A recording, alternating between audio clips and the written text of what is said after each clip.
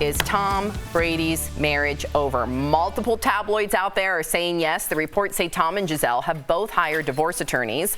Apparently, the two have been living separately for months following an epic fight. These are just reports. Nothing has been confirmed yet. Okay, so we've talked about this, and at the end of the day, I know that they have, I believe, two children together, and then he has children with Bridget Monahan. It's sad. I hate speculating about things like this, but do you think it was because of him going back to out of retirement? I don't know. I mean, here's the thing. We talk about all of these, celebrity relationships. Generally, there's a jumping off point for it. Like, I don't know, you tried to name your unborn child after your mistress. That generally starts that conversation.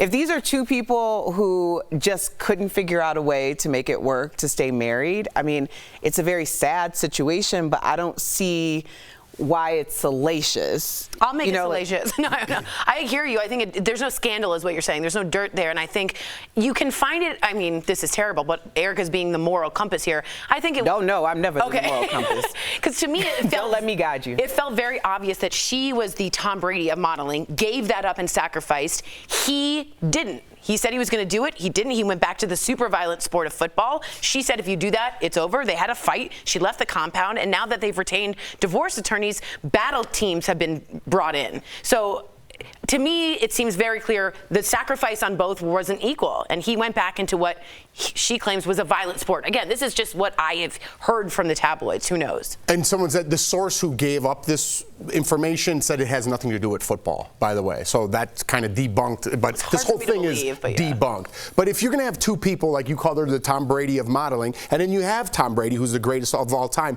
you're going to give up sacrifices, right? You're going to have to sacrifice some things to be the greatest. So two people that are the greatest at anything don't really make the best match. I know Jay-Z and Beyonce, but they met later on in life. I don't think we could realize what it takes to be the best in the whole world at something. And you're going to have to, other things are going to sacrifice, whether it's your kids, whether it's your relationship, whether it's something else, whether it's your time. It's like... So you have to. I don't know if this is true or not. I'm just saying I could see why it would be, because if two people are that great at something, you need to give time to your craft. Struggle. Yeah, it's like two alphas. Yeah, that's true. I just finished Mariah Carey's book, The Meaning of Mariah. It is great, but she does talk about this, like the idea that if you are someone who is the GOAT, it's very difficult to formulate a relationship with somebody who's the GOAT of their field. I do want to clarify that Beyonce was like 30. She wasn't that late in life. That early or late in life when she and Jay-Z got together. But I do think that is something that you're like, all right, if we're going to dedicate our time or our craft or our energy, and then also when you have such a finite amount of time, generally, Tom Brady should have been retired years ago. I think, 3.3 years is the average NFL career. So the idea that he still wanted to go and she still has a lot of time, or at least enough time that she feels like she can figure out what her career is in the modeling world, is important for both of them. Maybe it doesn't mean the end of the relationship completely. I hope it can be amicable. I really do. And we don't even know if it's true. Yeah, true. Well, I'm sure we'll find out soon enough. But I just want to confirm, I got confirmation that they have 3 children, but 2 together, and then he has 1 child with Bridget Moynihan. All right.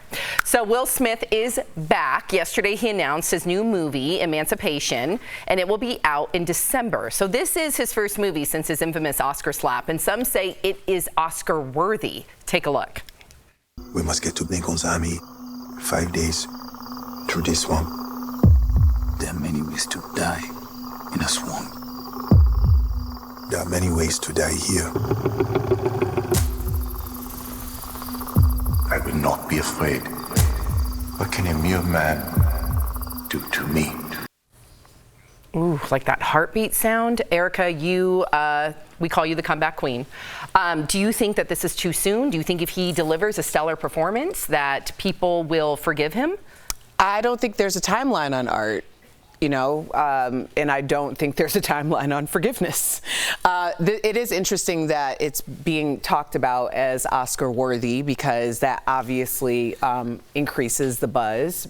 because the idea next will be, if it were nominated for an Oscar, who would vote for him? If that were to be the case, would he actually accept? He can't be there. What does that mean? So it creates a whole nother controversy. But I just think sometimes you make really amazing things, and I know that this isn't, he didn't just shoot it yesterday, right. But you can't put a timeline on art.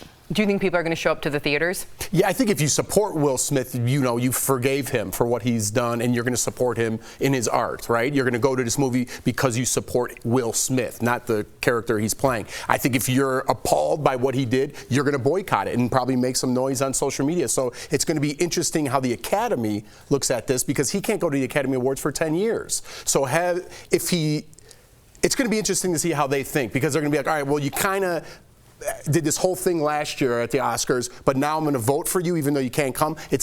Or are they just going to look at his performance and say, all that aside, he's great and I'm going to vote for him? It's going to be interesting. What great point, because now that's all back in the conversation again, right? Like Oscar Will Smith. I think, or I've heard rumors, I hope we can check on this, Netflix passed on this. Like Apple had to take this because there was controversy, and rightfully so, of who's going to stand by Will Smith.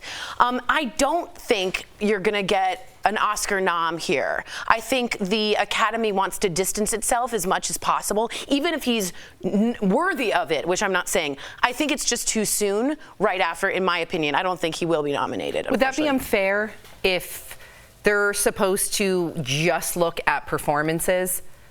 Or do you think that is something that... Is it human? Yes. Is it natural? Yes, but probably not fair for an art to be examined that way. They are using a bias, but that bias is their business. And that was an enormous...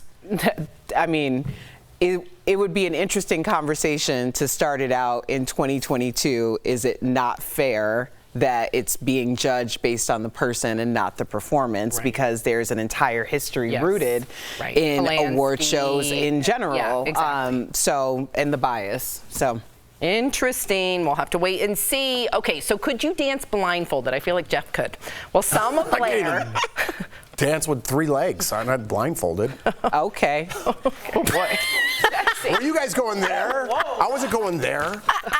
Okay. I was not going there. I was just referring what's up? Everyone would be weird. If you had 3 legs as opposed to 2, wouldn't you be a better dancer? That's where I was going with that. No, I don't think you would be. I think you'd be a table. No, you'd be a stool. Okay.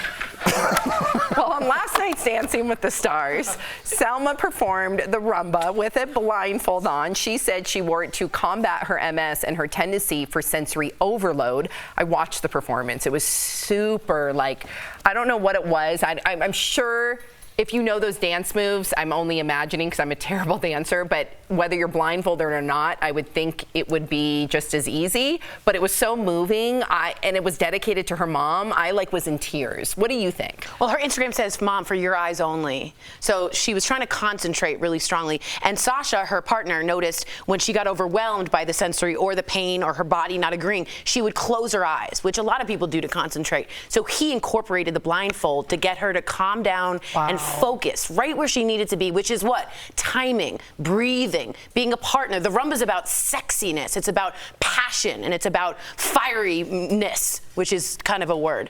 And I think what's interesting is the story of Selma Blair is is it going to be awkward? Is it not? Right. How much more are we learning about disability? Right. How much more are we getting a representation of what you can do, can't do, what a fear is pushing through?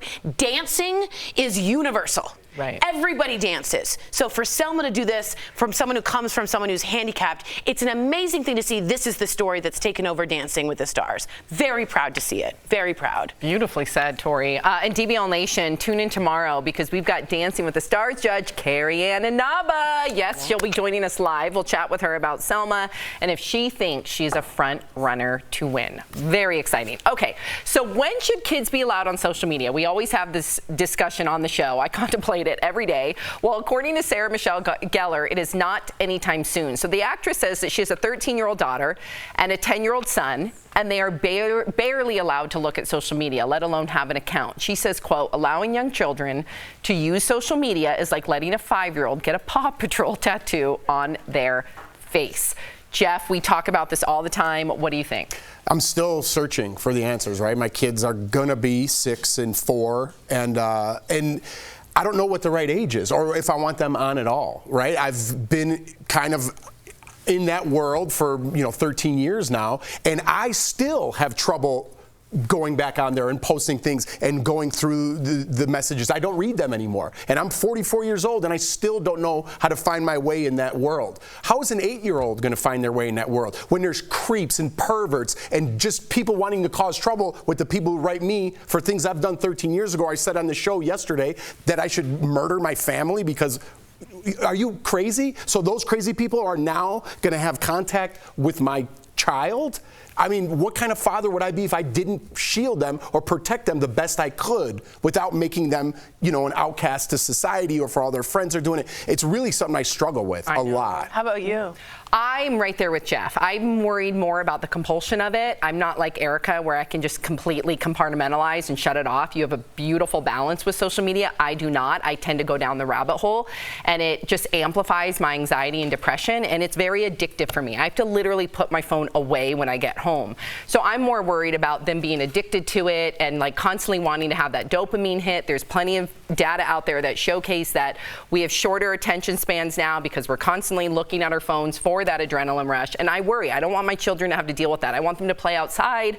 I want them to have fun. And then I also look at like what's going on in Silicon Valley. All of those executives don't let their kids have social media, but I know it can also be a detriment without letting them have it. I think Gabrielle Union and Dwayne Wade are trying to tackle it with their 15-year-old daughter by turning off comments, by giving her certain hours, or by giving her balance, saying you can be on your phone now, you turn in your electronics at the end of the day. They seem to be handling it quite well. I like all their stipulations. Well, having just finished Gabrielle Union's 2 books, I'm really deep diving into these autobiographies. She had the conversation about the way that they communicate with their children. And I'm not a parent, but I do appreciate that conversation because everything that my parents were really concerned about for my well-being, things that they felt like I was going to get wrapped up in, wasn't where my brain was. It wasn't actually what they should have been concerned about when it came to me as an individual. So I, as a non-parent, would just really encourage people to try to pay attention and have open conversations with who your child is. Most of the trouble that I ended up encountering growing up came from the workaround to try to live my life without offending something that my parents put into the construct of our home. Like, that put me more in danger than if I would have just been doing what I was really set to do in my very immature mind for my age for a very long time. So I think it's really listening to your child and seeing where they need help and guidance and protection. Interesting. Very interesting.